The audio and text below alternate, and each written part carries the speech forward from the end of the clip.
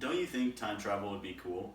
Theoretically, it's possible to go to the future if you just travel light years away from here at speeds close to light speed and come back at the same rate, according to Stan Giblisco's book, Understanding Einstein's Theory of Relativity, Man's New Perspective on the Cosmos. In this book, it states that the fourth dimension is time, but that's kind of controversial. There are many people that disagree with this. However, I'm not one of those people. I agree with Einstein in that the fourth dimension is time, and time itself is relevant as opposed to the people who believe that there is no fourth dimension. The fourth dimension is something that has fascinated me for the last few months because it is hard to think about, hard to understand. So I've been studying it for a while, which led to me finding that book about the theory of relativity. I've been reading it, and it's been giving me all the proof I need to say that fourth dimension is time, and I think it could help you believe it too. A couple of people that disagree with this are Amrit Sorley and David Fiscaletti, founders of Space Life and the Space Life Institute in Slovenia, and they argue that time exists completely independent from space. They say that time is like a ruler and is just used as a measure to measure change. They call this special relativity, which says that light is the same speed in all inertial reference frames and no absolute reference frame. Their idea of the fourth dimension seems easier to visualize but isn't backed up by math like the time dimension. A huge part of the theory of relativity is that light speeds is constant, and the speed cannot be exceeded by anything. The entire theory rests on that being true. That being said, there are limitations on what can and cannot happen in this universe. Simultaneity is limited by this.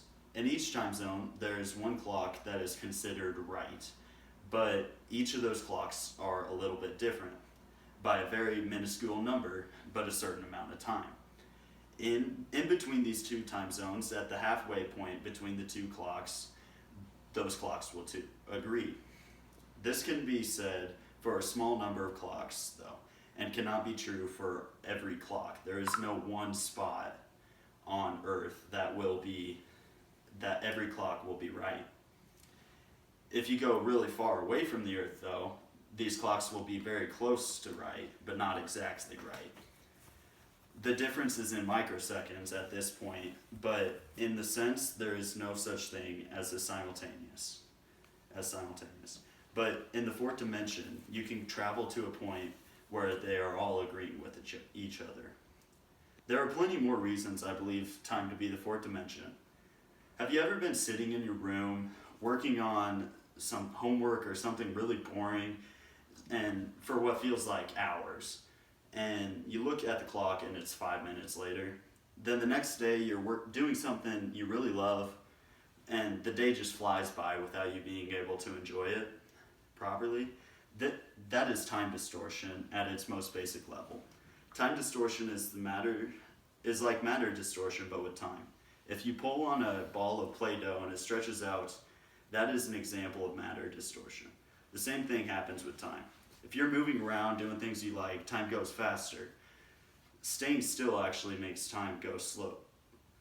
But this is proved by clocks doing different things. One staying still and one put to high speed plane. The clock on the plane will speed up and the one on the ground will stay at the same time. It all depends on how fast the plane is going and how to find. That is how you find out how much the clock is faster. This is how time travel can happen. Because time is quicker on a spaceship heading away from Earth, a person on a spaceship won't age as quickly as a normal person on the Earth would. And when they come back, they would be younger than they would have if they stayed on Earth. When looking at all these anomalies, it is hard to say that time isn't the fourth dimension. It can be manipulated in the same way matter can be, suggesting it is a spatial dimension too. There is a long way to go on the research, but as you can see, there are facts that back this argument up, like how the universe is traveling at light speed and nothing really happens at the same time. Not to mention how cool it would be to go into the future. If someday a really smart scientist discovers the fourth dimension, don't be surprised if it's time.